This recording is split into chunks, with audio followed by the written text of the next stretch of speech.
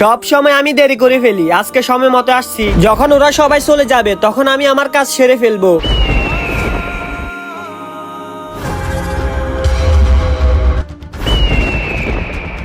মনে হয় সব মানুষ চলে গেছে। ঠিক আছে, এখন আমি আমার কাজটা করি।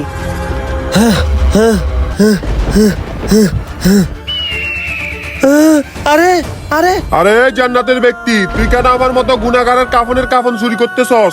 আরে আপনি কি বলতেছেন আমি জান্নাতি ব্যক্তি?